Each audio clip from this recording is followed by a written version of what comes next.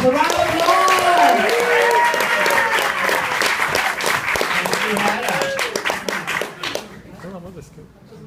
I know it doesn't fit, but I need something to lean on. You know, whoever said that you can't get sober for someone else never met my mother, Mama Jean. Mama Jean was an over-the-top Texas woman who never had a thought she didn't speak. And with a raven mane of hair done once a week to a tease, makeup always camera ready, she was a small-town Elizabeth Taylor, and she was always in charge. And when she was angry, she could scare the shit out of Faye Dunaway. Mama Jean made a career out of loving me. She wanted me to be her precious red-headed baby forever. Oh, if I could only shrink you back to age 5. That was the perfect age. She'd been saying this to me since I was 6. I had other plans. My idea of heaven was to be at a party with a drink in one hand, a cigarette in the other, and my head thrown back in laughter. Everything else outside of that was filler. Now, Mama Jean thought that anyone who had more than 2 drinks was an alcoholic. Drugs were criminal, and sex, I can still see the reflection in her makeup mirror as she dispensed her 2 bits of wisdom with a flick of a mascara wand. Remember, a moment's pleasure isn't worth a lifetime of regret, and a stiff dick knows no conscience. So when I came out to her, my freshman year in college in 1987, as the AIDS epidemic was raging, it didn't sit well with her. And I don't even think it was so much that I was gay, it was that I left her on the sidelines while I was chasing after the booze and the boys. And she was scared and in mourning. Scared that I was no longer under her control, and mourning for the loss of her idealized notion of me as the perfect child. But after I came out to her, I was back home under her roof for the summer and getting plowed by a ballet dancer from Dolly Pepperdine's School of Dance. He would take me to Miss Dolly's studio at night and bend me over the ballet bar, teaching me moves Miss Dolly never dreamed of. After one of those ballet nights, I stumbled in, drunk and wobbly, through the back door into the dark kitchen. I could just make out the outline of Mama Jean. Her bubble of hair was a perfect circle sitting atop the triangle of her floor-length velour zip-up robe, which was anchored by her gold flippered feet. Where in the hell have you been? Out. I can see that. And you're drunk. I told you to watch the drinking. Mama Jean had been watching my drinking ever since she'd witnessed me in a blackout.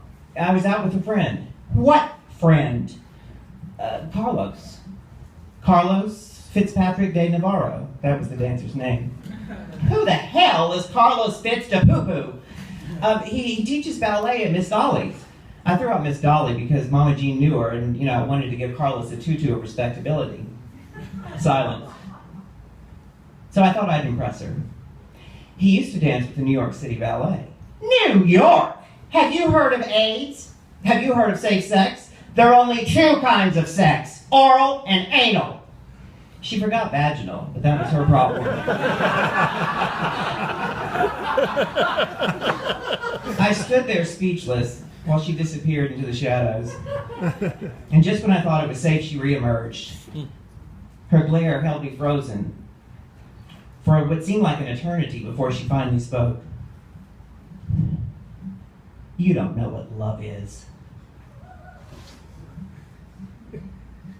That hit below the dance belt. I almost shot back, a stiff dick knows no conscience, right? Instead, I let her have the last word as she went away.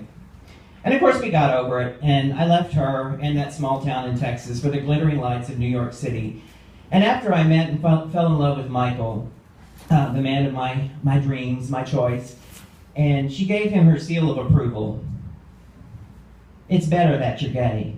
I never could have shared you with another woman. And that was her version of full acceptance of my homosexuality. My drinking she never accepted, and as much as it pained me to admit it, after 15 years it was well out of my control, and certainly beyond her control. And when I finally bottomed out, after a clumsy suicide attempt, straight out of Valley of the Dolls, she slapped on her face, hopped on a plane, and flew to New York to my rescue. While I was in detox, She met with a psychiatrist friend who tried to gingerly and very clinically explain the next steps in taking care of my alcoholism. Cut to the chase, doctor. Are we going to have to lock him up? Out came her checkbook, and off I went to rehab on my path to sobriety funded by Mama Jean. But back to sex. On one of her visits to New York, we were watching an episode of Oprah. And there was a gay guy on there who was talking about how during his crystal meth addiction, he started barebacking and became HIV positive. Barebacking? What's barebacking? It's when you have unprotected sex without a condom. Oh, God. An hour later, we're sitting in the living room chatting, and Michael comes home from work, says hello, disappears into the bedroom to change. Mama Jean leans across the coffee table. Bare skin? Bare ass? I said, what? That thing on Oprah, what's it called? Oh, barebacking. Why? Never mind. Michael? Yes, Jean? Have you been barebacking lately? Dead silence. Michael? Did you hear me? Michael comes out with his best poker face on. Yes, Jean, I heard you, but I'm not sure I understood you. Well, if you don't know what barebacking is, I'm worried about you. The story became an instant Mama Jean classic, right up there with her only two kinds of sex. Now, a few short years later, her mind started slipping away. She was hijacked by Lewy body dementia. Think Alzheimer's, only weirder and worse. And when she first went haywire, hit bottom, if you will, I did for her what she did for me, and I hopped on a plane to try to rescue her. And that first time I saw her, I thought I was prepared, but I wasn't. I don't even know if she knew who I was. At one point, she looked at me and she said, you know, with your pretty red hair, you almost remind me of... And then she trailed off. Everything she said that day lacked the one thing she never lacked, conviction. And as I turned away from her, about to leave, she grabbed my arm in a vice grip. I turned around and she was glaring at me, like that time she told me I didn't know what love was. You've been drinking. No, I haven't. Don't lie to me. I'm not. I wasn't. I mean, I had slipped a few times since rehab and was still struggling, but I mean, how could she know that? I'm not. You better not be. Remember, Mama, that's all behind us. You don't have to worry anymore. I've got you to thank for that. Okay. But promise me. Promise. I promise. That was the last time she was in charge. And I thought about when she shipped me off to rehab, and I thought about the barebacking story, which I've been telling friends for years. Except every time I told it, I cringed inside. Because during those years of uninhibited drinking, I'd flipped in some uninhibited sex and became HIV positive. I never told Mama Jean. She died 5 months after that last lucid moment. But I've kept my promise to her ever since. So she died having known that I was sober with her help, but never knowing that it was HIV positive. And if she said to me today, you don't know what love is, I'd answer, I didn't then, but I do now. Thank you.